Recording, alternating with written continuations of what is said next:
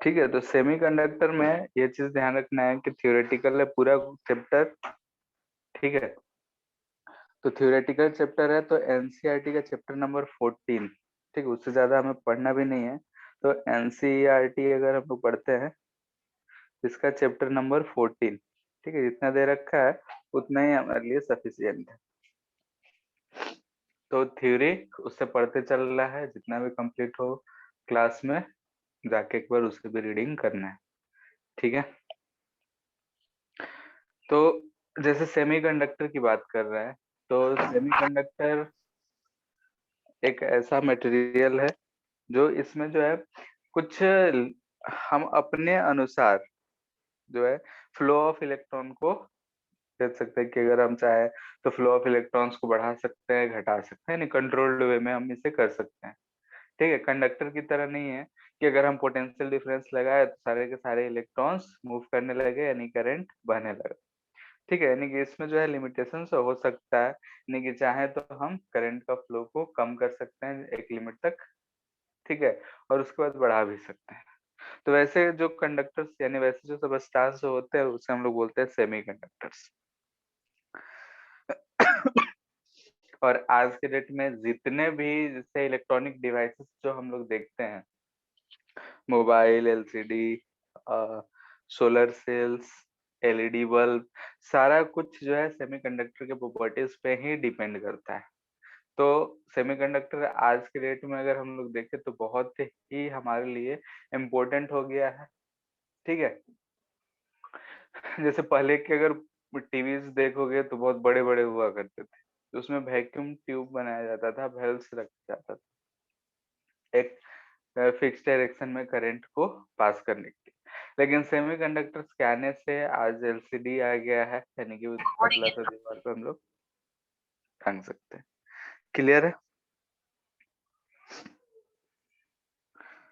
तो सेमीकंडक्टर्स जो है इम्पोर्टेंट इसीलिए है कि इसमें controlled flow of current possible है।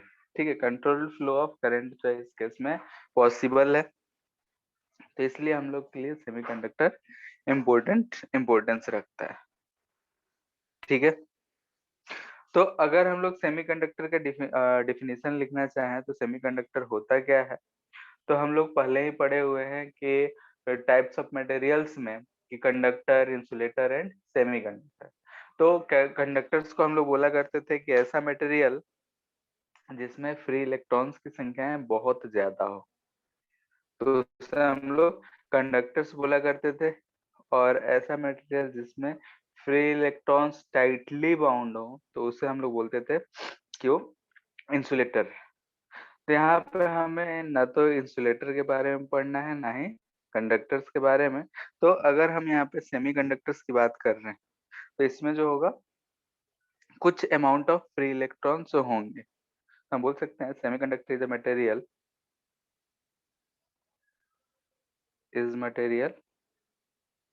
चलो पूरा ही लिखते हैं,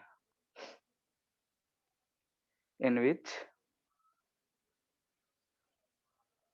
देर इज लेस, वेरी फ्यू बोल सकते हैं, या फिर वेरी लेस अमाउंट ऑफ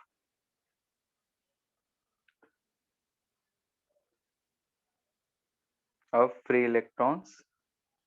ठीक है, फ्री इलेक्ट्रॉन्स जो होते हैं इसमें बहुत कम होते हैं एज कंपेयर टू कंडक्टर्स। ठीक है, और इंसुलेटर से अगर कंपेयर करें तो उससे ज्यादा होता है। तो आगे हम लोग देखेंगे कि इसका जो कैसे ये वर्क करता है, कैसे इलेक्ट्रॉन्स मूव करते हैं, चार्ज कैरियर्स क्या होगा, कंडक्शन सर्किट में अगर हम यूज करते हैं तो कैसा बिहेवियर होगा। तो पहले से हम लोग सेमीकंडक्टर के बारे में थोड़ा थोड़ा जानते हैं, इस चैप्टर में कैसा ये वर्किंग करता है सब कुछ जानेंगे। तो यहाँ पे अगर क्लासिफिकेशन की बात करा जाए, फिकेशन ऑफ मटेरियल, अगर कोई भी मटेरियल है उसका क्लासिफिकेशन किया जाए तो on the basis of free electrons. पहला, बेसिस ऑफ फ्री इलेक्ट्रॉन्स, कि फ्री इलेक्ट्रॉन्स किसमें ज्यादा है कम है, तो इसको हम लोग तीन पार्ट में डिवाइड करते हैं। जो कि हम लोग पहले से जानते हैं, तो हम ज्यादा इसमें जोड़ नहीं देंगे। Conductor, insulators and semiconductor. ठीक है, अगर हम लोग बोल रहे हैं कि फ्री इलेक्ट्रॉन्स है, तो इसका कंडक्टिविटी भी होगा फ्री इलेक्ट्रॉन्स, या फिर बोल सकते हैं कंडक्टिविटी। ठीक है, कंडक्टिविटी या फिर रेजिस्टिविटी। रेजिस्टिविटी रो, जो कि 1/सिग्मा होता है। तो इसके बेसिस पे हम लोग इसे 3 पार्ट में डिवाइड करते हैं, कंडक्टर्स, इंसुलेटर एंड सेमीकंडक्टर्स। अगर हम मेटल्स की बात करें, कंडक्टर्स की बात करें, तो कंडक्टर्स में जो होता है सिग्मा, अगर हम लोग देखें रेजिस्टिविटी क्या होगा, बोलो? Very very low. लो। ठीक है, इंसुलेटर्स में वेरी हाई हाँ, होगा। Very high. ठीक है, और सेमीकंडक्टर्स में इन बिटवीन होता है, यानी कि हम मीडियम बोल सकते हैं। ठीक है, रेंज की अगर बात की जाए, कोई फास्ट मतलब हार्ड एंड फास्ट रूल नहीं है। ठीक है, एक मोटा मोटी रेंज दिया जाता है कि सिग्मा जो है इसमें 10⁻² से 10⁻8 का ऑर्डर का होता है। ठीक है, वही इंसुलेटर्स में देखें तो 10⁻11 से 10⁻15 16 ऐसा कुछ होता है, इतने ऑर्डर का होता है। और इस केस में देखें तो 10⁻5 से 10�8 के ऑर्डर का होता है। ठीक है, तो अगर हम सिग्मा का बात कर रो की बात कर रहे हैं, तो सिग्मा हम बोल सकते हैं जो कि 1/रो है, इसका अपोजिट होगा। इसमें क्या होगा, वेरी हाई, इसमें वेरी वेरी लो लो। हो जाएगा, और इसमें ये मीडियम ही रहेगा। तो इनवर्स का है, इसके हिसाब से हम यहाँ पे लिख सकते हैं कि कहाँ से कहाँ रेंज होगा। ठीक है, तो बस इसके रिस्पेक्ट में हमें इतना ध्यान रखना है कि अगर रेजिस्टिविटी बहुत ज्यादा है तो क्या होगा, इंसुलेटर्स। रेजिस्टिविटी बहुत कम है तो कंडक्टर्स, अगर इस बीच में है, मीडियम है, तो सेमीकंडक्टर। तो ये सारे चीज हम लोग पहले से जानते हैं कि ऐसा कुछ होता है। ठीक है।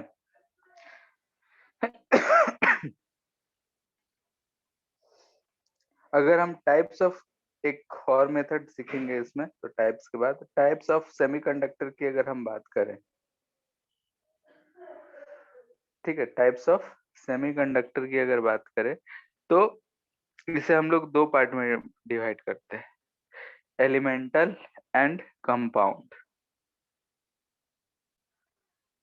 ठीक है, elemental and compound semiconductor. Elemental यानी, बात समझ ही आ रहा है कि एलिमेंट से रिलेटेड होगा। एलिमेंटल यानी कि एग्जांपल में हम इसे दे सकते हैं, सिलिकॉन, जर्मेनियम। ठीक है, तो ये जो है एलिमेंटल कहलाता है, यानी कि एलिमेंट है। कंपाउंड यानी किसी चीज से मिलके बना होगा। तो कंपाउंड को हम लोग फर्दर 3 पार्ट में डिवाइड करते हैं। कौन कौन सा, तो inorganic, organic and organic polymers.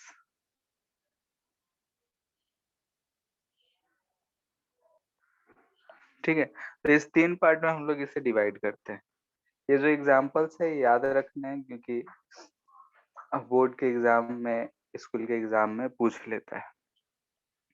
ठीक है, तो इनऑर्गेनिक में जैसे CDS, cadmium sulphide, gallium arsenide, फिर CdAc एक्सेट्रा। ऑर्गेनिक कंपाउंड में एग्जांपल है एंथ्रासिन।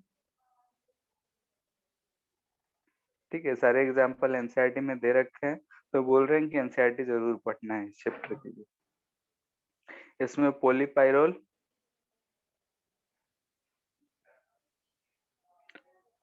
पोलीएनिलीन एक्सेट्रा। ठीक है, तो ऑर्गेनिक पॉलीमर्स, इनऑर्गेनिक और ऑर्गेनिक, इस 3 पार्ट में हम लोग डिवाइड करते हैं। हम लोग के लिए इस चैप्टर में मोस्टली एलिमेंटल और थोड़ा बहुत इनऑर्गेनिक के बारे में ही चर्चा होगा। ऑर्गेनिक और ऑर्गेनिक पॉलीमर्स के बारे में सिर्फ एग्जाम्पल ही याद रखने हैं। ठीक है, यानी हम लोग को इस चैप्टर में मोस्टली एलिमेंटल ही डिस्कस करेंगे और इनऑर्गेनिक वाले कहाँ कहाँ यूज होते हैं उस चीज के बारे में। ऑर्गेनिक और ऑर्गेनिक पॉलीमर्स जो है उसके बारे में हमें इस लेवल पे उतना ज्यादा चर्चा नहीं करते हम लोग, यानी कि बस याद रखना है कि ऐसा होता है। ठीक है, नेक्स्ट जो है classification of material on the basis of energy level।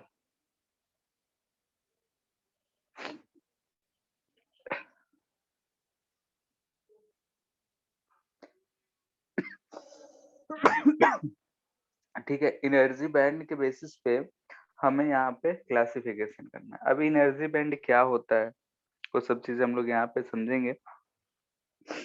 तो अगर एनर्जी बैंड समझेंगे तभी हम उसके बेसिस पे यहाँ पे क्लासिफिकेशन कर सकते हैं। तो वही एनर्जी बैंड के बारे में हम लोग जान रहे हैं यहाँ पे। एनर्जी बैंड क्या होता है, तो जैसे कि हम जानते हैं किसी भी इलेक्ट्रॉन्स के बारे में अगर हम चर्चा करें जो कि अपने न्यूक्लियस में न्यूक्लियस के अबाउट घूम रहा होता है, तो सारे इलेक्ट्रॉन्स को हम लोग बोलते हैं कुछ ना कुछ एनर्जी होता है। ठीक है, तो वैसे ही अगर हम लोग देखें वैलेंस सेल इलेक्ट्रॉन की बात करें तो वैलेंस सेल इलेक्ट्रॉन जो होता है वो सबका अपना एक एनर्जी होगा और वो एनर्जी एक लेवल को रिप्रेजेंट कर रहा होगा। ठीक है, लेकिन अगर बहुत सारे इलेक्ट्रॉन्स आ जाए तो एक बैंड बना देता है, तो उस चीज को हम लोग बोलेंगे एनर्जी बैंड। तो कैसे, तो उसी चीज को हम समझते हैं। तो एग्जांपल लेते हैं हम सिलिकॉन का। सिलिकॉन है, इसका एटॉमिक नंबर कितना होता है 14। बोलो 14। इसका 14 कॉन्फ़िगरेशन लिखेंगे तो 2 1s2 1s2 2s2 2p6 3s2 and 3 3p कितना बच p2। गया 1500 का 4% करके यही आएगा। तो हमें दिख रहा है कि yes यही sir, वाला जो है वैलेंस सेल कहलाता है। लास्ट वाले सेल को ही हम लोग क्या yes sir, बोलते हैं, वैलेंस सेल बोलते हैं। इसे हम बोलते हैं कि ये वैलेंस सेल है। वैलेंस सेल यानी कि इस 3 वाले में मैक्सिमम कितना ऑक्युपाई हो सकता है, maximum electron can occupy 8। 3p6 yes sir, होता तो 8 होगा, लेकिन है क्या, कितना है, 4 है, 18 4 ही ना है। वैलेंस सेल yes की sir, बात करें सिलिकॉन एटम की, तो जो सबसे लास्ट यानी कि वैलेंस सेल यानी कि थर्ड वाला सेल दिख रहा है, उस सेल में मैक्सिमम कितना अभी अट सकता है 8। yes sir, अवेलेबल कितना है, 2 और 2 4 ही अवेलेबल है, तो 4 वैकेंट होगा। तो ये तो हम देख रहे हैं कि एक एटम के लिए अगर यहाँ पे फॉर n एटम्स होगा, n नंबर ऑफ एटम्स हो, तो n एटम्स के लिए हम वो क्या बोल सकते हैं यहाँ पे कि मैक्सिमम इलेक्ट्रॉन ऑक्युपाई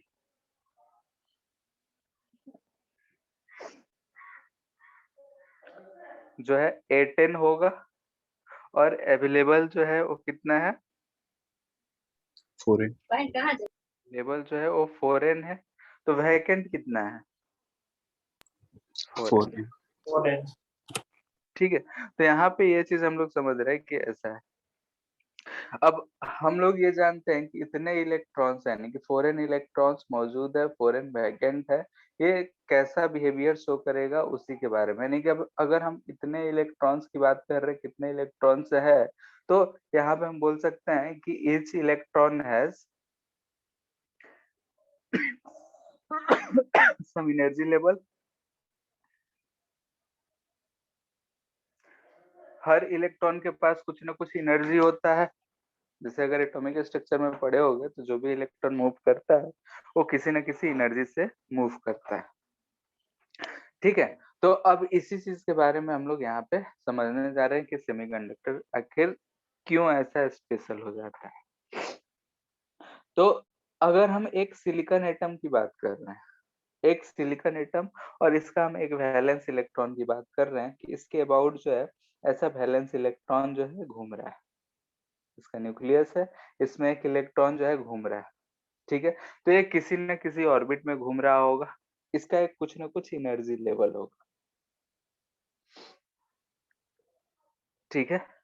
ये सिलिकॉन एटम है। अगर हम यहाँ के पे बात करें कि सिलिकॉन एटम अगर इस यहाँ पे अगर इसके अबाउट में घूम रहा है, तो एक एनर्जी लेवल इसे दिख रहा है। तो हम अगर इसका एनर्जी को रिप्रेजेंट करना चाहें, तो एनर्जी लेवल हमें ऐसा कुछ दिखेगा, ठीक है? एक ही एनर्जी लेवल है, एक एनर्जी लेवल है, तो एक एनर्जी लेवल है, तो ऐसा हम लोग बोल सकते हैं कि भाई एनर्जी है डिस्टेंस के साथ। तो किससे डिस्टेंस? तो यहाँ पे हम देखते हैं। अब हम कहें कि एक सिलिकॉन एटम यहाँ भी है और इसके अबाउट में भी इलेक्ट्रॉन जो है ऐसा घूम रहा है, ठीक है? ये इलेक्ट्रॉन जो है इस ऑर्बिट में ऐसा घूम रहा है, ये इलेक्ट्रॉन भी ऑर्बिट में घूम रहा है। तो इस इलेक्ट्रॉन का भी कुछ एनर्जी लेवल है, ठीक है? तो दोनों इलेक्ट्रॉन्स हमें दिख रहा है कि दोनों का कुछ न कुछ एनर्जी लेवल है। अब ये दोनों आप अलग-अलग थे, आइसोलेटेड थे, तो दोनों का एक-एक एनर्जी लेवल था, हमें दिख रहा था। अगर हम दोनों को पास-पास ले आए, ये ब्राउट टुगेदर, ठीक है? हम दोनों को क्या कर रहे हैं? पास ला रहे हैं। पास लाएँगे तो क्या होगा कि ऐसा सिचुएशन जनरेट हो जाता है, ये सिलिकॉन एटम, ये सिलिकॉन एटम। ये जो इलेक्ट्रॉन इसके अबाउट घूम रहा था, वो फ्री है, मतलब कि लूज़ली बाउंड होता है वैलेंस शेल में। तो जो इलेक्ट्रॉन एक यहाँ पे घूम रहा था ऐसा, ये इसमें घूमते-घूमते हो सकता है इसमें आके घूमने लगे, ठीक है? तो इस केस में हमें दिख रहा है कि इस इलेक्ट्रॉन का अब 2-2 एनर्जी लेवल हो गया। कब? जब हम 2 एटम्स को पास-पास ले आए। क्या हुआ कि अगर हम यहाँ पे एक इलेक्ट्रॉन की बात कर रहे हैं, तो वो अपने न्यूक्लियस के अबाउट घूम रहा था। अब 2 एटम्स को हम पास ले आ रहे हैं, तो ये जो इलेक्ट्रॉन फ्री टू मूव है, तो ये इलेक्ट्रॉन क्या करता है? दूसरे में ये घूमने लगता है, जिसे हम लोग शेयरिंग ऑफ इलेक्ट्रॉन्स बोलते हैं केमिस्ट्री में, कि जब 2 एटम्स आस-पास आते हैं, तो शेयरिंग ऑफ इलेक्ट्रॉन्स होता है, तो बॉन्ड बनता है। तो वही चीज़ यहाँ पे हम बता रहे हैं कि अगर सिलिकॉन एटम के अबाउट में इलेक्ट्रॉन घूम रहा है, तो ये इसमें घूमते-घूमते इसमें भी ऐसा घूम लिया। तो इस इलेक्ट्रॉन का जो पहले 1 एनर्जी लेवल था, अब यहाँ पे 2 एनर्जी लेवल दिखने लगा। ठीक है? यानी कि हम बोल सकते हैं कि अगर इधर एनर्जी है और ये डिस्टेंस को रिप्रेजेंट किया जा रहा है, तो पहले 1 एनर्जी लेवल था, लेकिन जब 2 एटम्स आए तो 2 एनर्जी लेवल होगा और ये इलेक्ट्रॉन जब 2 में घूमेगा तो ऑफ कोर्स जो इनिशियल है उससे थोड़ा कम होगा, क्योंकि जब तक एनर्जी कम नहीं होगा तो स्पॉन्टेनियस प्रोसेस तो नहीं होता है। तो 2 इलेक्ट्रॉन्स की वजह से हम लोग देख रहे हैं कि एनर्जी लेवल हमें 2 ऐसा मिल रहा है। ठीक है? तो वैसे ही अगर हम बात करें फॉर n नंबर सही ऑफ ग्राफ फिर एटम्स, से बता दीजिए ना। ये रफली ग्राफ बनाया है कि अगर हम एनर्जी की बात कर रहे हैं डिस्टेंस के साथ, तो जब दोनों मतलब एक सिलिकॉन एटम है, इलेक्ट्रॉन बहुत दूर था, तो इसका एक एनर्जी लेवल था ना? तो यस सर। इस चीज को रिप्रेजेंट कर रहा है ये वाला, जब दूर था तो डिस्टेंस को अगर अगर हम पास-पास ले आए, तो जब हम 2 एटम को आस-पास लाए तो हमें 2 ऐसा एनर्जी लेवल्स मिलेंगे, ठीक है? यानी कि जो इनिशियल एनर्जी और लेवल होगा इलेक्ट्रॉन का, उससे ये एनर्जी लेवल कम आएगा। क्योंकि 2 एटम्स को जब पास लाए हैं, तो इलेक्ट्रॉन मूव कर रहा है तो उसका स्टेबिलिटी थोड़ा बढ़ जाता है इसलिए। इतना बात क्लियर है? Yes sir. अगर हम बोल रहे हैं कि n नंबर ऑफ एटम्स को हम पास-पास लाएँ, यानी कि अगर हम एक बोले कि छोटा-सा टुकड़ा है सिलिकॉन का, तो इसमें बहुत सारे एटम्स होंगे, ठीक है? अगर हम 1 मोल भी लिए होंगे तो उसमें कितने एटम्स हो जाएँगे? Na इतना, यस सर। ठीक है? यानी कि बहुत ज़्यादा होता है। तो वैसे ही अगर हम बोल रहे हैं कि n नंबर ऑफ इलेक्ट्रॉन्स को लाएँगे, तो क्या होगा कि एनर्जी लेवल जो हमें मिलेगा, वो ऐसा मिलेगा। ये पहले आइसोलेटेड था तो एनर्जी लेवल था, जब पास-पास आएगा तो ऐसा n number of energy level मिल जाएगा। ठीक है, तो यही चीज है कि यहाँ पे n number of energy level है, तो जब हम इसे रिप्रेजेंट करेंगे तो ऐसा अगर हम इसे कट करके बाहर निकाल लें तो हमें एक रेंज दिख रहा है, तो इसे ही हम लोग बोलते हैं एनर्जी बैंड। ठीक है, यानी कि एक एक एनर्जी लेवल था, लेकिन अब यहाँ पे बहुत सारा रेंज हो गया है, यानी कि एक एनर्जी लेवल की बात नहीं कर रहे हैं। इलेक्ट्रॉन जब आया तो N number of silicon atoms में घूम ले रहा था, शेयरिंग कर ले रहा था, तो यहाँ पे अब हमें बैंड बनता हुआ दिख। क्लियर है ये चीज? सर जब दोनों हाँ, सर जब दोनों इनिशियली सेम लेवल पे था तो पास लाने पे वो अलग अलग कैसे जाएगा? अलग अलग मतलब नहीं समझे। सर मतलब आप बोले ना कि ग्राफ जब ये पास ला रहे हैं तो अलग अलग हो जा रहा। हाँ, एनर्जी लेवल को ये रिप्रेजेंट कर रहे हैं, एनर्जी है ये विथ डिस्टेंस। अगर सोचो कि यहाँ पे दो एटम को पास लाए तो इलेक्ट्रॉन के पास दो एनर्जी लेवल्स आया है ना। अब हो सकता है कि ऐसा सिचुएशन दिखे, तो ये इसका इलेक्ट्रॉन घूमते घूमते हो सकता है इसमें घूमने लगे, घूमते घूमते इसमें आ जाए। ऐसा मतलब जितना रहे उसमें घूम सकता है, शेयरिंग कर सकता है। ठीक है, यस सर। इसका इलेक्ट्रॉन इसमें गया, इसका इलेक्ट्रॉन इसमें, ऐसा ही घूम मतलब शेयरिंग होता है। ठीक है, तो अगर हम इसका इनिशियल इलेक्ट्रॉन की बात कर रहे हैं तो जितने एटम्स में घूम रहा है उसका उतना लगभग एनर्जी लेवल होगा। बात समझ आया? तो ये जब डिस्टेंस को कम कर रहे हैं, यानी कि अगर हम बहुत सारे एटम्स को नजदीक नजदीक ला रहे हैं, वो डिस्टेंस हम बोल रहे हैं कि यहाँ तक ये चीज रिप्रेजेंट कर रहा है आइसोलेटेड एटम को, और यहाँ से आगे रिप्रेजेंट कर रहा है कि बहुत सारे एटम्स को हम पास पास ला दिए, तो ऐसे हमें बहुत सारे एनर्जी लेवल्स दिखे। और वो बहुत सारे एनर्जी लेवल्स ऐसे अगर दिखे तो उसे हम लोग बोल देते हैं कि एनर्जी बैंड है। बात समझ आया इतना? Yes sir. ठीक यस है, सर।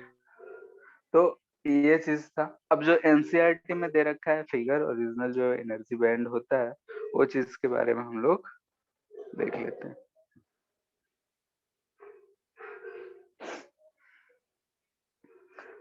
उसमें जो फिगर है ऐसा है,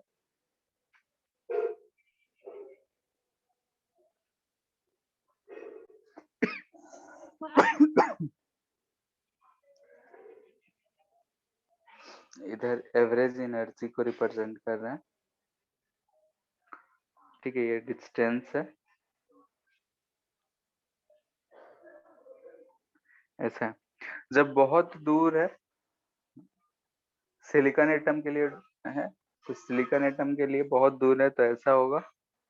पहले हम पूरा बना देते हैं, उसके बाद तुम लोग चाहो तो बुक में देख सकते हो।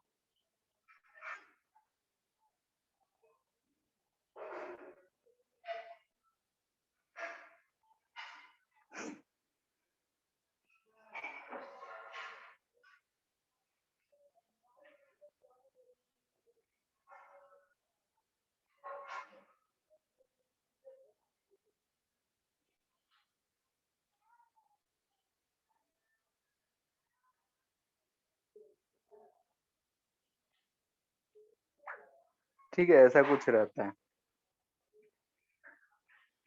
इसमें डिफरेंट डिफरेंट रीजन्स है, उसे हम दिखा देते हैं।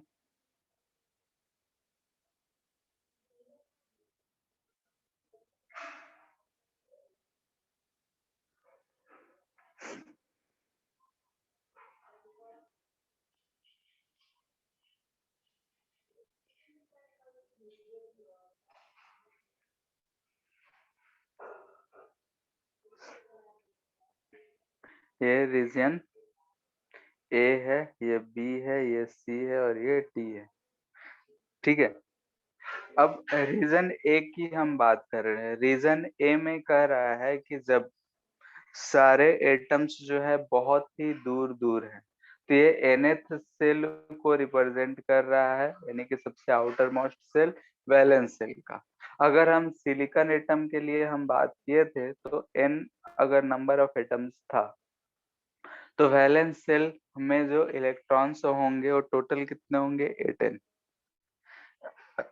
ठीक है, तो फर्स्ट वाला जो है L इजकल टू 0 को यानी कि S को रिप्रेजेंट कर रहा है, L इजकल टू 1 यानी P को रिप्रेजेंट कर रहा है। S में टोटल कितना हो सकता है 2n, पॉसिबल कितना है तो 2n, और है कितना इलेक्ट्रॉन्स 2n। वैसे ही P की बात करें तो पॉसिबल कितना हो सकता है 6n, लेकिन है कितना इसमें 2n। यही चीज है। तो जो यस सर। फिगर दिया है उसे हम समझा रहे हैं, एक ब्लू कलर का बॉक्स में दिया होगा अगर एनसीईआरटी देखोगे तो। बस इस चीज को समझने के बाद इसका जरूरत भी नहीं है, जो बैंड होता है उससे कहीं यूज करते हुए हम लोग पूरा कहानी कर लेंगे। तो यहाँ पे हम लोग दिख रहा है कि जब रीजन ए है तो रीजन ए तब रिप्रेजेंट कर रहा है कि सारे एटम्स जो हैं आइसोलेटेड है। ठीक है, ये किस रीजन को रिप्रेजेंट कर रहा है तो आइसोलेटेड एटम्स को रिप्रेजेंट कर रहा है, यानी कि सारे एटम्स जो हैं अलग अलग हैं। अलग अलग हैं तो हमें दिख रहा है कि जो भी इलेक्ट्रॉन्स एस में होगा उसका एक एनर्जी लेवल है, पी में जो होगा उसका एक एनर्जी लेवल है। जैसे जैसे हम उसके नजदीकी बढ़ाते जाते हैं, ठीक है, तो नजदीकी बढ़ा रहे हैं तो यहाँ पे जो हमारा एस वाले जो इलेक्ट्रॉन्स है उनका एनर्जी लेवल इस दो रीजन में बढ़ रहा है। यानी कि जो हम ऊपर ये बनाए थे तो इसी में ये दो रीजन को ये रिप्रेजेंट करा हुआ है। ठीक है, ये जो दो लाइन दिख रहा है वो उसी चीज को रिप्रेजेंट किया है, यानी कि एक ऊपर और एक नीचे वाले को। तो यहाँ से जब हम डिस्टेंस को कम कर रहे हैं तो दिख रहा है कि हमें एक एनर्जी लेवल जो है इस दोनों के बीच में मिल रहा है। वैसे ही पी वाले का भी एनर्जी लेवल ऐसा मिल रहा है। क्लियर है। तो फाइनली जब हम लास्ट में आते हैं यानी कि इस पोजीशन पे हम बोल रहे हैं कि यहाँ पे हमें मिलता है कि जो मटेरियल है वो स्टेबल है। ठीक है, यानी कि हम बोल रहे हैं कि स्पेसिंग एक्चुअल स्पेसिंग यानी कि मटेरियल स्टेबल मिल चुका है। तो इस केस में हमें दिखेगा ऐसा कि अगर हम यहाँ पे ऐसा एक बैंड बनाते हैं, ठीक है, ये बैंड बना रहे हैं तो इसके ऊपर और इसके नीचे, तो नीचे वाला जो हमारा लाइन आ रहा है इसमें हमें दिख रहा है कि इलेक्ट्रॉन्स होंगे और ऊपर वाले में इलेक्ट्रॉन्स नहीं होंगे। तो इसी चीज को अगर हम इधर ऐसा बना लें बैंड की तरह, ठीक है, इसी चार रीजन को, यानी कि इसके ऊपर एक रीजन दे रहे हैं, ये वाला लाइन कुछ जाएगा, ये वाला लाइन और ये वाला लाइन, यहाँ पे अगर छोटा सा अगर हम दें तो ये ऐसा एक रीजन बन रहा है। ठीक है, तो बस इसी से हमारा काम पूरे चैप्टर का निकल जाए। तो ये और ये इस दोनों के बीच में, तो हम यहाँ पे बोल रहे हैं ऐसा बोल लो, ये जो है कंडक्शन है, बैंड बोलते हैं हम लोग इसे, और इसे बोलते हैं हम लोग वैलेंस बैंड। दोनों के बीच में जो एनर्जी गैप है इसे बोलते हैं इजी एनर्जी गैप। तो उसे ही अगर हम बनाए हैं तो ये हम बोल रहे हैं कि ये जो है हमारा कंडक्शन बैंड को रिप्रेजेंट कर रहा है, ये हमारा energy highest energy of valence band को रिप्रेजेंट कर रहा है, और इन दोनों के बीच का जो डिफरेंस है इसे हम लोग इजी बोल रहे हैं, यानी कि इसे हम बोलते हैं फॉरबिडन एनर्जी गैप। ठीक है, और ये जो चीज दिख रहा है इसमें बहुत सारे ऐसे एनर्जी लेवल होंगे, इसे हम लोग बोल रहे हैं बैलेंस बैंड, और इसमें भी ऐसे बहुत सारे एनर्जी लेवल होंगे जिसमें इलेक्ट्रॉन रिसाइड करेगा, इसे हम लोग बोलते हैं कंडक्शन बैंड। ठीक है, तो यहाँ पे ये चीज बस समझना था कि एनर्जी बैंड हम किसे कहते हैं।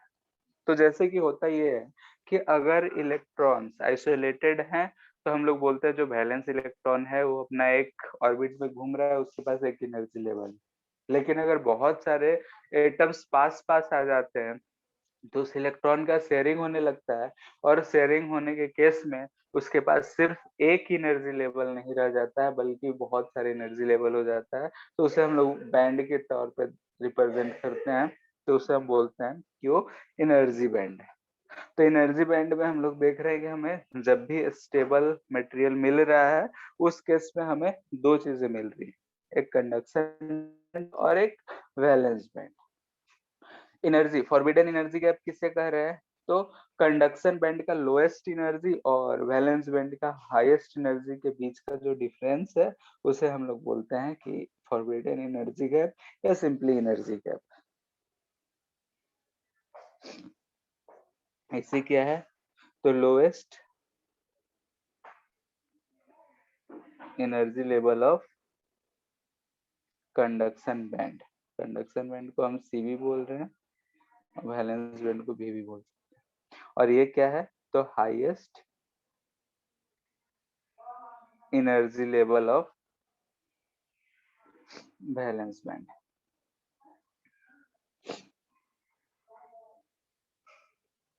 ठीक है, जो कंडक्शन बैंड में इलेक्ट्रॉन्स रहेंगे तो रिस्पॉन्सिबल होंगे कंडक्शन के लिए।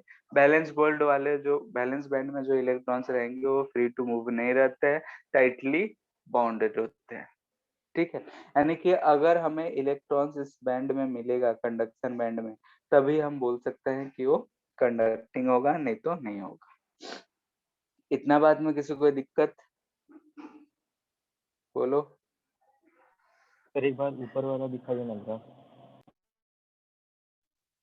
हाँ, ये यस सर। क्लियर है? ये वाला फिगर एनसीईआरटी में भी दे रखा है, तो उससे देख लेना, एक बॉक्स बना कर दिया है। यस सर, हो गया। ठीक, तो इसलिए बोल रहे हैं कि हम हर चीज लिखा नहीं सकते हैं, और थ्योरी पूरा अच्छे से दे रखा है एनसीईआरटी में। तो जो भी चीज जिस दिन पढ़ाई हो रहा है उस दिन जाके एक बार जरूर पढ़ना है एनसीईआरटी। ठीक है, क्योंकि अभी सुन लिए हो तब पढ़ोगे तो आराम से एक बार में समझ में आ जाएगा। और इतना इजी चैप्टर है कि एक बार अगर पढ़ लिए तो फिर दोबारा जरूरत भी ज्यादा नहीं पड़ता है, कहानी की तरह है। इतना बात क्लियर है कि अगर हम एनर्जी बैंड बना रहे हैं तो एनर्जी बैंड में हमें दो चीजें मिल रही हैं, एक बैलेंस बैंड और एक कंडक्शन बैंड। दोनों के बीच में जो गैप है उसे एनर्जी गैप कहते हैं या फॉरबिडन एनर्जी गैप कहते हैं। यहाँ पे दो चीज इसी और ईवी लिख रहे हैं। इसी क्या है? Lowest energy of conduction band and highest energy level of balance band को ईवी बोल रहे हैं। इन्हीं दोनों एनर्जी के जो डिफरेंस है उसे हम लोग बोल रहे हैं फॉरबिडन एनर्जी गैप। अब अगर हम बैलेंस ये एनर्जी बैंड को समझ गए तो हम तो क्लासिफिकेशन पढ़ना था हमें। ठीक है, क्लासिफिकेशन पढ़ना था। तो इसी के बेसिस पे हम अगर मेटल को या फिर कंडक्टर्स को रिप्रेजेंट करना चाहते हैं तो उस केस में जो ये एनर्जी लेवल आता है, ऐसा आता है। इसमें दो केसेस होते हैं। फर्स्ट, पार्शियली फिल्ड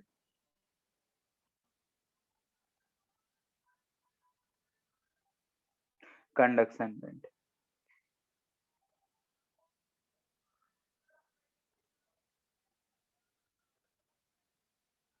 ठीक है, ये बोल रहे हैं हम बैलेंस बैंड है, ये जो ऊपर है ये कंडक्शन बैंड है। तो इस केस में क्या होता है कि कुछ इलेक्ट्रॉन्स जो है हमें इसमें पाए जाते हैं। ठीक है, यानी कि पार्शियली फिल्ड कंडक्शन बैंड कहा जा रहा है। कंडक्शन बैंड में जो इलेक्ट्रॉन्स होगा वही रिस्पॉन्सिबल होता है कंडक्शन के लिए। ठीक है, तो ये जो इलेक्ट्रॉन्स है ये कंडक्शन इलेक्ट्रॉन्स है, जिसे हम लोग बोलते हैं कि फ्री इलेक्ट्रॉन्स है, जो कि मूव कर सकते हैं। और ये जो है हमारा कंडक्शन में भाग लेते हैं। इसमें जो होते हैं वैलेंस इलेक्ट्रॉन बोलते हैं, जो कि सेल के वैलेंस में तो होते हैं लेकिन फ्री टू मूव नहीं होते हैं। तो वैलेंस बॉन्ड में जो इलेक्ट्रॉन्स होते हैं वो हमें करंट प्रोवाइड नहीं करेगा, बल्कि कौन करेगा? कंडक्शन बैंड वाला। अगर कंडक्शन बैंड में हमें इलेक्ट्रॉन्स दिखेंगे तो ही हम बोल सकते हैं कि वो कंडक्टिंग हो। एक तो ऐसा इसका आता है, दूसरा आता है ओवरलैपिंग कंडक्शन बैंड। ठीक है, नहीं कंडक्शन बैंड जो ओवरलैप करता हुआ नजर आता है। जैसे इस तरीके का रहेगा।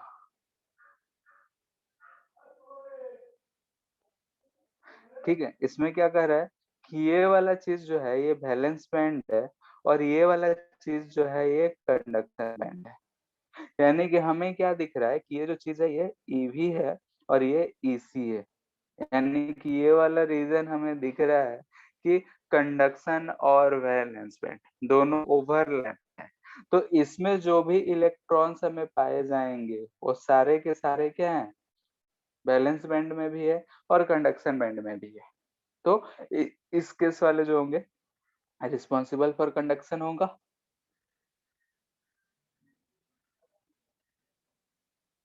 For conduction. ठीक है, तो इलेक्ट्रॉन्स जो इसमें मिलेंगे वही रिस्पॉन्सिबल फॉर कंडक्शन होंगे, क्योंकि इसमें हमें दिख रहा है कि जो कंडक्शन बैंड और वैलेंस बैंड है दोनों आपस में ओवरलैप्ड है। यानी कि अगर हम कंडक्शन बैंड का एनर्जी लेवल देखें और वैलेंस बैंड का, तो बीच में हमें कुछ पोर्शन ओवरलैपिंग दिख रहा है। तो अगर ऐसा हमें मिलता है तो हम लोग बोलते हैं कि ये जो चीज है ये हमारा कंडक्टर होगा। इसके बाद है इंसुलेटर। Second, insulator. इंसुलेटर के केस में क्या होगा कि अगर ये हम बोल रहे हैं कि हमारा कंडक्शन बैंड है, ये हमारा वैलेंस बैंड, ये वैलेंस बैंड, ये कंडक्शन बैंड, इस दोनों के बीच में जो है ये एनर्जी गैप। अगर ये energy gap greater than 3 electron volt है तो इसे हम बोलेंगे कि इंसुलेटर होगा। और अगर ये लेस देन 3 इलेक्ट्रॉन वोल्ट होगा तो हम लोग बोलेंगे कि वो ये वैलेंस बैंड, ये कंडक्शन बैंड। अगर यहाँ पे इन दोनों के बीच का एनर्जी गैप पीजी जो बोल रहे हैं लेस देन 3 इलेक्ट्रॉन वोल्ट है तो हम कहेंगे कि सेमीकंडक्टर। तो 6 से कम भी होता है ना? क्या 6 इलेक्ट्रॉन वोल्ट से कम भी होता है? इसमें 6 से कम क्या होगा, ग्रेटर देन 3 इलेक्ट्रॉन वोल्ट को ही हम लोग लेते हैं यहाँ पे। ठीक है, इसमें ये जो होता है एम्प्टी होता है, ये जो होता है फुली फिल्ड होता है। ठीक है, बैलेंस बैंड रहेगा, दोनों के बीच में जो एनर्जी गैप होता है 3 इलेक्ट्रॉन वोल्ट से ज्यादा होगा तो हम बोलेंगे इंसुलेटर है। 3 इलेक्ट्रॉन वोल्ट से कम रहेगा तो सेमीकंडक्टर बोलते हैं।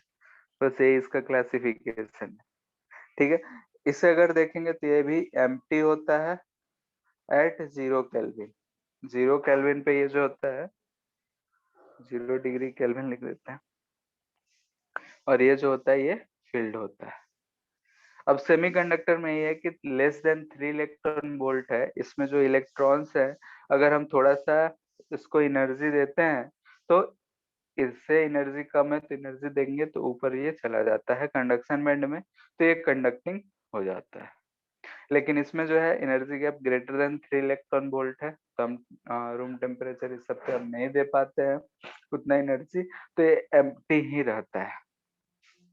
तो on the basis of energy band हम लोग इसे 3 कैटेगरी में डिवाइड किए, metal, conductor, insulator and semiconductor.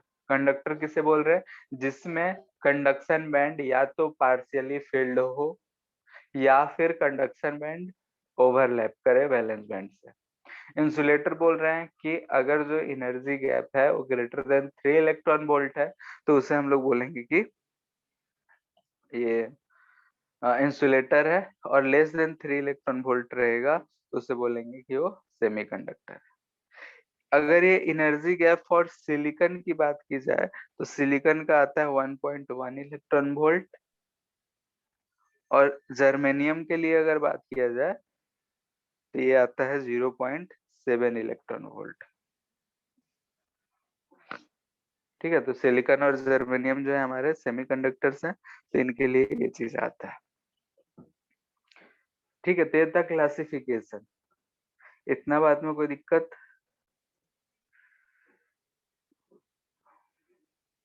Theoretical है नो सर। पूरा, तो इसलिए हम बार बार बोल रहे हैं जाके पढ़ना जरूर है। ठीक है, यहाँ पे हम समझा तो दे रहे हैं लेकिन रीडिंग करना जरूरी है, ताकि एक बार पढ़ोगे तभी जाके क्लियर होगा, क्योंकि हर चीज हम यहाँ लिखे नहीं है तो याद रह जाए जितना है उतना हो जरूरी नहीं है, इसलिए ठीक। तो यहाँ पे हम लोग देखें कि सेमीकंडक्टर को on the basis of conductivity देखे तो कंडक्टर्स जो होते हैं वो हाईली कंडक्टिंग होते हैं और सेमीकंडक्टर्स इन बिटवीन कुछ होता है। एनर्जी बैंड के बेसिस पे हम लोग देखेंगे कि कंडक्शन बैंड और वैलेंस बैंड के बीच का अगर डिफरेंस के ऊपर हम लोग इसे 3 पार्ट में डिवाइड करते हैं, कंडक्टर्स, इंसुलेटर्स एंड सेमीकंडक्टर्स। ठीक है, इसके बाद हम लोग 2 टाइप के और सेमीकंडक्टर्स पढ़ते हैं। तो पहला देख रहे हैं intrinsic semiconductor.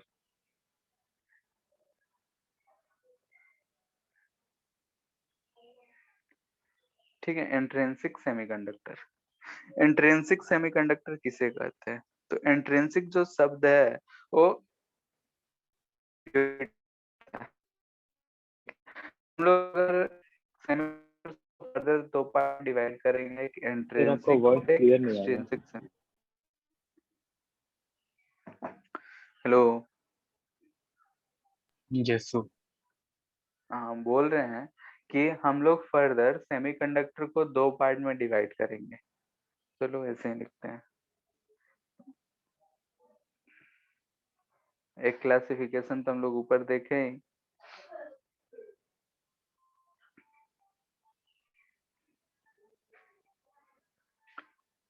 Types of semiconductor on the basis of impurities.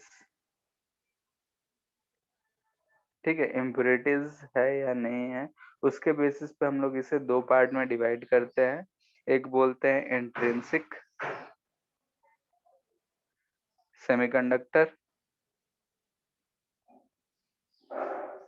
और दूसरा को बोलते हैं एक्सट्रिंसिक।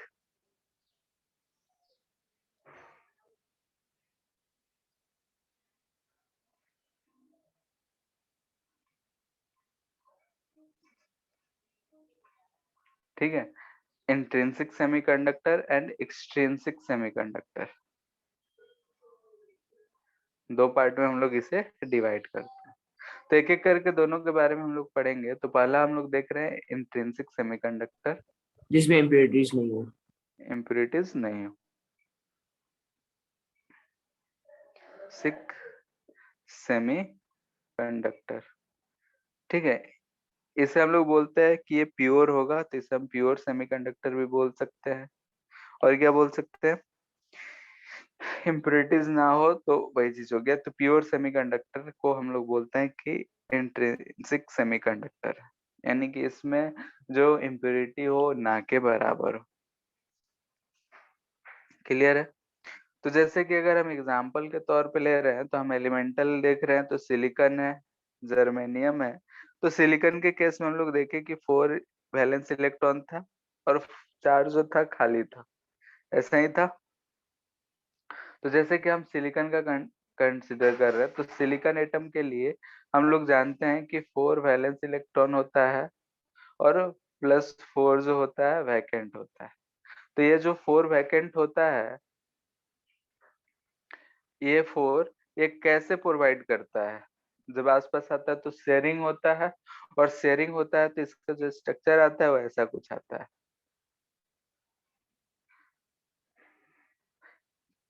ऐसा ही इसका स्ट्रक्चर बनता है। Yes sir.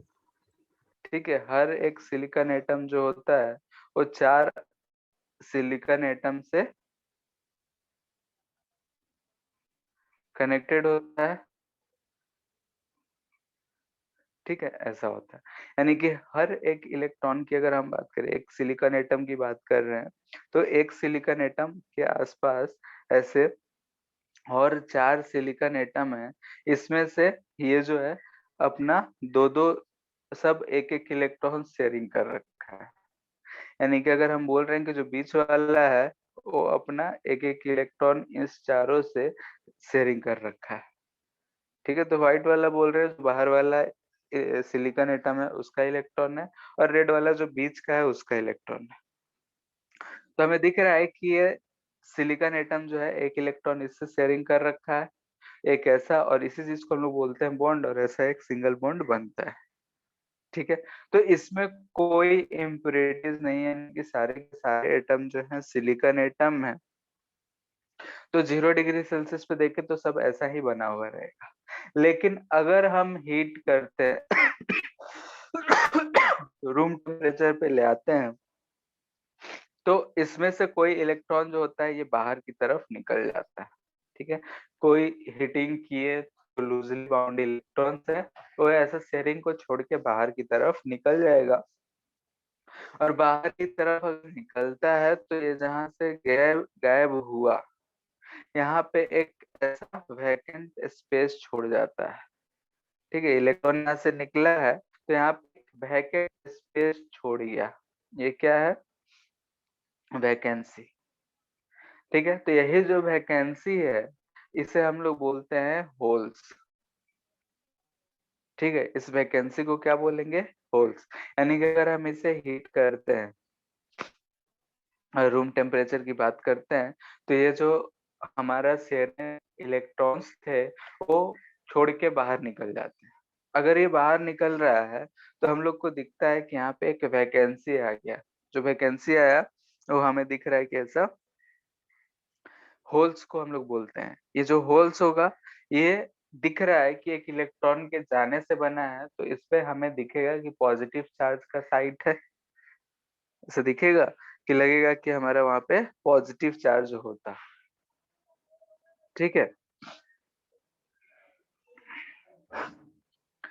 तो हम लोग यहाँ पे देख रहे थे कि एट रूम टेम्परेचर यानी कि 0 डिग्री केल्विन पे, 0 डिग्री केल्विन पे जो था हमारा जो बैलेंस इलेक्ट्रॉन्स थे, सिर्फ कंडक्शन बैंड में कोई इलेक्ट्रॉन नहीं था। लेकिन अगर हम यहाँ पे हीट कर रहे हैं या फिर रूम टेम्परेचर की बात कर रहे हैं, तो यहाँ से इलेक्ट्रॉन जो है बाहर निकला है। इलेक्ट्रॉन बाहर निकला है तो ये जो हमें दिख रहा है ये हमें कंडक्शन बैंड में दिखेगा। इसका जो एनर्जी लेवल होगा वो कंडक्शन बैंड का होगा, और इसके निकलने से एक वैकेंसी क्रिएट हो रहा है जिसे हम लोग बोल रहे हैं कि होल्स। ठीक है, तो अगर हम इसे एनर्जी बैंड की तरह देखें, दिस इम्प्लाइज अगर हम एनर्जी लेवल में देखते हैं इसे तो ऐसा दिखेगा। एट रूम टेम्परेचर हम ड्रॉ कर रहे हैं, रूम टेम्परेचर यानी समथिंग कुछ हीटिंग है। तो क्या होगा कि इसमें जो इलेक्ट्रॉन्स थे, ठीक है, इसमें से कुछ इलेक्ट्रॉन्स जो हैं वो ऊपर चले गए हैं।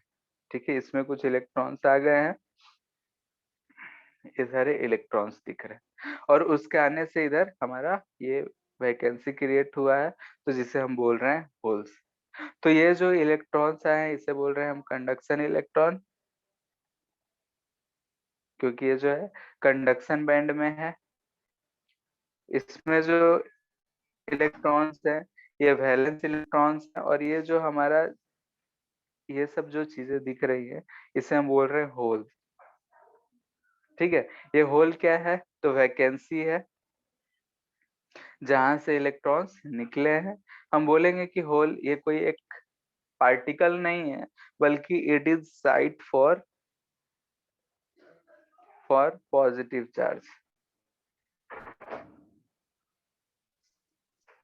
ठीक है, ये जो है साइट फॉर पॉजिटिव चार्ज है। इस चीज का ध्यान रखना है कि हमें दिख रहा है कि ये जो है वहां से एक इलेक्ट्रॉन निकला है तो वहां पे एक वैकेंसी क्रिएट हुआ है ड्यू टू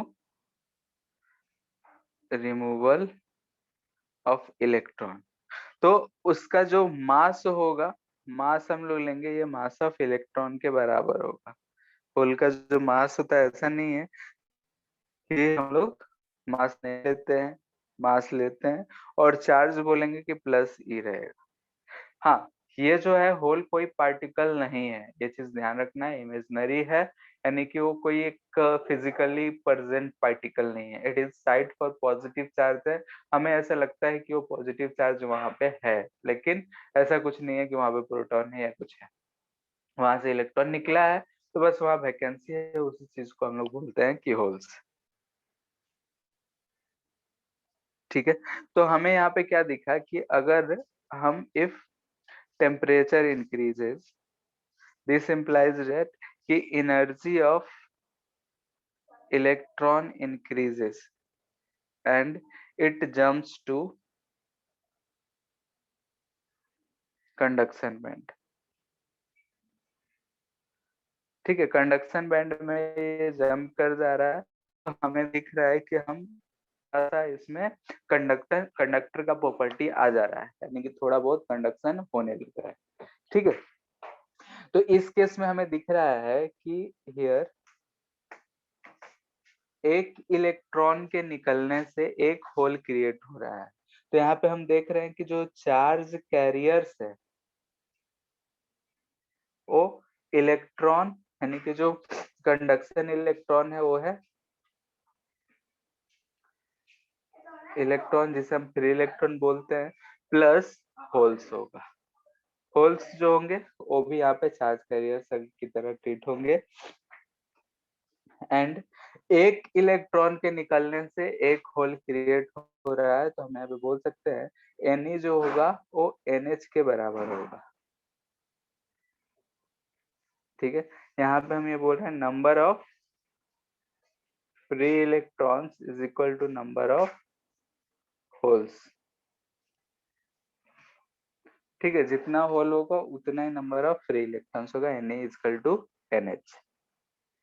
एक हाइपोथेटिकल रिलेशन है कि Ni का स्क्वायर जो होगा वो Ne इंटू NH होता है, ये सबके लिए वैलिड है, थ्योरेटिकल है।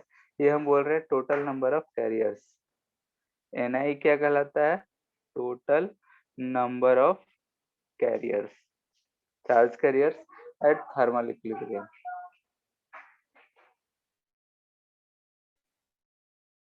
ठीक है, हाइपोथेटिकल रिलेशन है जिसे हमें याद रखना है, स्क्वायर जो होता है Na इंटू NH के बराबर होगा, ये किसी भी केस के लिए।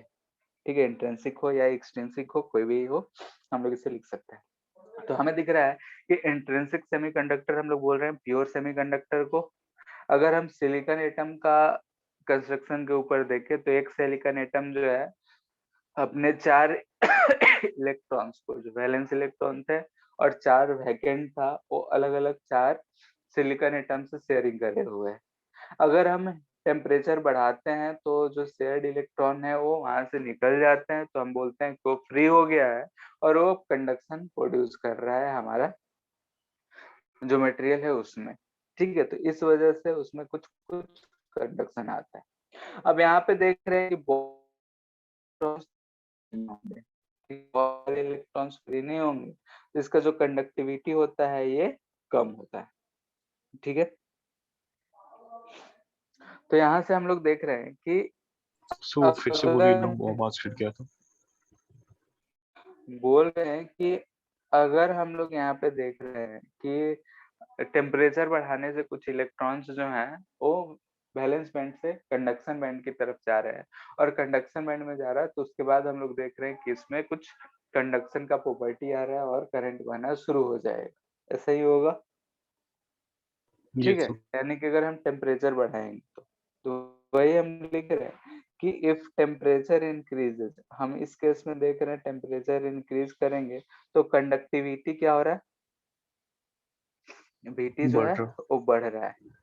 और वो कंडक्टिविटी कैसे बढ़ रहा है, तो नंबर ऑफ चार्ज कैरियर्स क्या हो रहे हैं, बढ़ रहे हैं। करंट में हम लोगों ने पढ़ा था, याद करो, जो इनवर्सली प्रोपोर्शनल टू क्या था, एन और टॉ।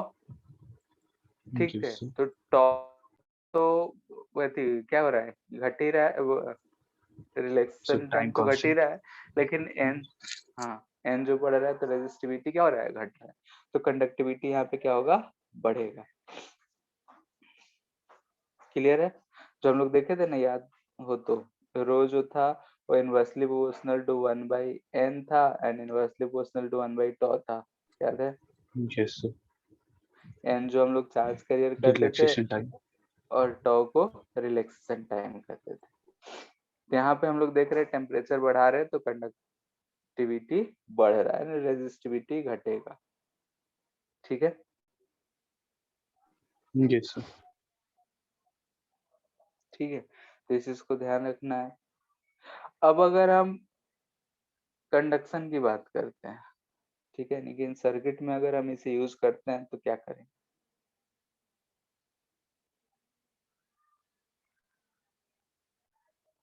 कंडक्शन यानी कि हम बोल रहे हैं कि हमारा सेमीकंडक्टर है, इसे हम किसी बैटरी से कनेक्ट कर दिए।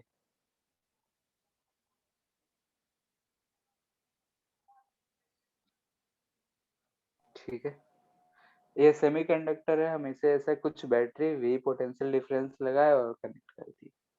तो हमें क्या दिखेगा कि यहाँ पॉजिटिव इधर माइनस, इधर की तरफ एक इलेक्ट्रिक फील्ड जनरेट हो जाएगा। अब Yes, इसमें sir. जो चार्ज कैरियर्स है, इलेक्ट्रॉन्स भी है एंड होल्स भी हैं।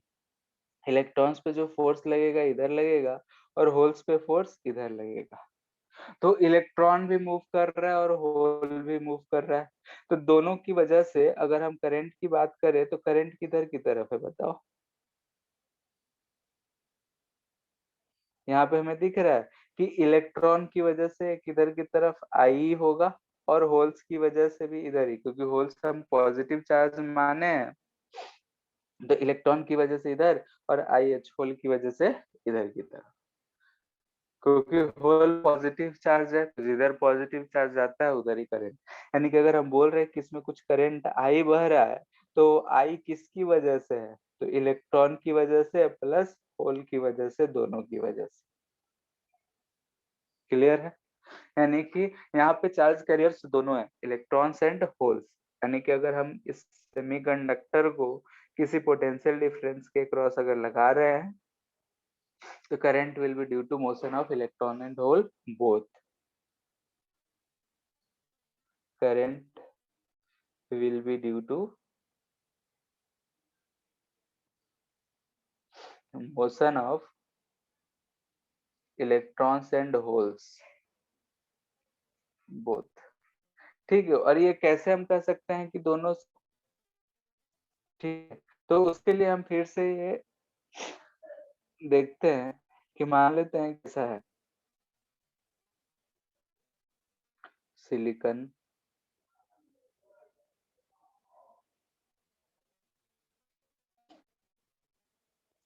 ठीक है, हम इतना ही बना रहे हैं। ऐसा है, अगर हम बोल रहे हैं कि यहाँ से एक इलेक्ट्रॉन जो है निकल के इधर की तरफ आ गया तो यहाँ पे है।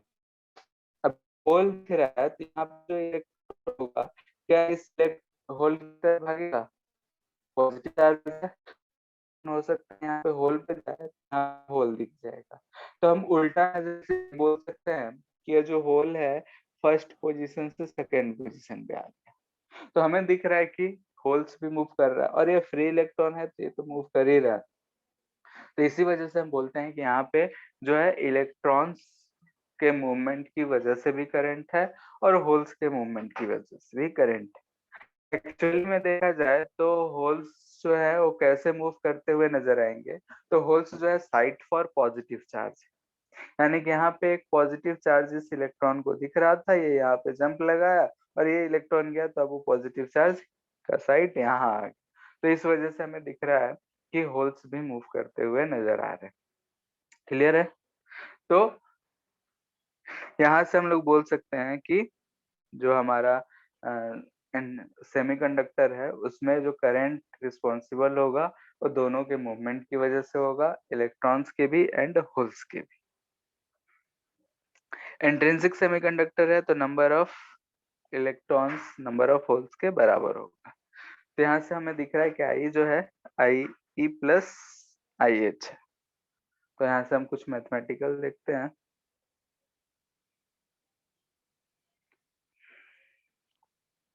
आई equal to I plus I H, ठीक है।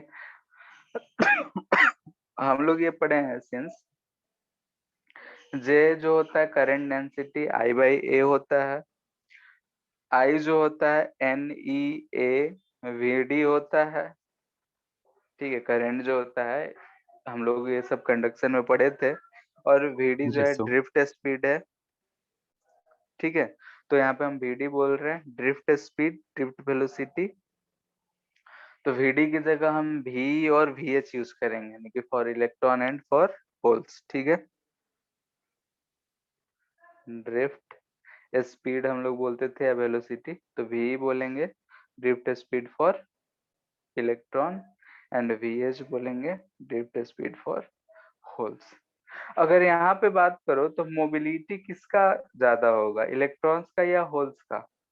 कौन ज्यादा आसानी से मूव कर रहा होगा, बोलो। इलेक्ट्रॉन्स। इलेक्ट्रॉन्स ज्यादा आसानी से, क्योंकि होल्स तो दूसरे इलेक्ट्रॉन पे डिपेंडेंट है, तो मोबिलिटी जो है इसका कम रहता है, ठीक है। तो यहाँ से हम बोल सकते हैं दिस इम्प्लाइज इट कि IE जो होगा वो NE इंटू चार्ज तो E ही है, एरिया क्रॉस सेक्शनल एरिया ये लिखे, IH अगर लिखेंगे तो NH ये VH, ठीक है। ये चीज हम लोग लिख सकते हैं। तो यहाँ से अगर हम बात करें तो I क्या लिखेंगे, तो I प्लस IH था, तो यहाँ से हमें EA कॉमन दिख रहा है, NeV प्लस NHVH, यही चीज दिख रहा है। यानी कि I इक्वल टू हम बोल सकते हैं E इंटू ए, E क्या है, चार्ज है, NeV प्लस NHVH, ठीक है। ये चीज लिख सकते हैं।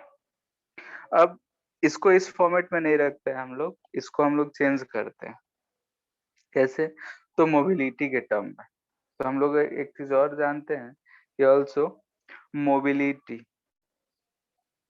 मोबिलिटी क्या होता है बताओ, म्यू से लिखते हैं, ये क्या होता है, drift speed by electric field, था ना। मोबिलिटी जो होता है drift speed by electric field होता है। तो यहाँ से भी तो हमें दिख रहा है कि इलेक्ट्रिक फील्ड लग रहा है, तो दोनों पे ही लग रहा है, इलेक्ट्रॉन्स पे और इस पे।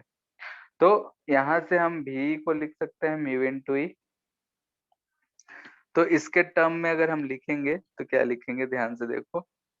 यहाँ से हम लिख सकते हैं आई अपॉन ए, जिसे हम जे लिखते हैं, equal to E into N E भी plus N H V H,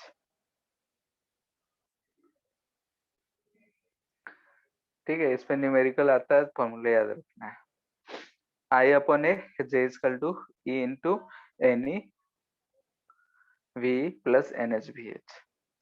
इसके टर्म में अगर लिख लें तो यहाँ से हमें दिख रहा है कि दिस इम्प्लाइज सेट कि जे को हम क्या लिख सकते हैं, E into N E, V को लिख सकते हैं हम, ध्यान से देखो, तो mu E into E plus ये हो जाएगा N H mu H into E, ठीक है। दिस इम्प्लाइज दैट कि हम इलेक्ट्रिक फील्ड को बाहर ले सकते हैं, ऐसे लिख लेते हैं, N E mu E plus N H mu H into E equal to J. इतना आ रहा है।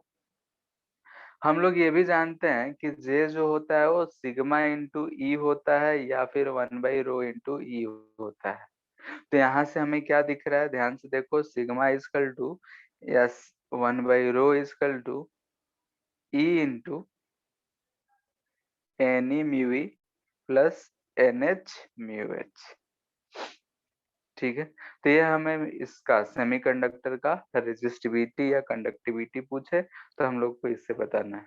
एन नंबर ऑफ इलेक्ट्रॉन्स को रिप्रेजेंट कर रहा है, NH नंबर ऑफ होल्स को रिप्रेजेंट कर रहा है, म्यू एच मोबिलिटी दोनों का रिप्रेजेंट कर रहा है, और E जो है दोनों पे चार्ज। क्लियर है ये?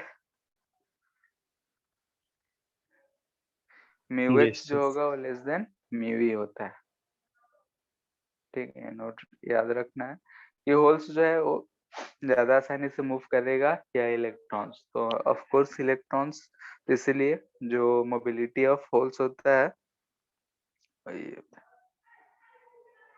क्लियर है इतना? तो इंट्रिंसिक के लिए अगर हम बात कर रहे थे तो एनर्जी बैंड के बेसिस पे अगर हम लिखना चाहें तो ऐसा लिख सकते हैं। सर थोड़ा ऊपर कीजिए। और नो सर बस नहीं।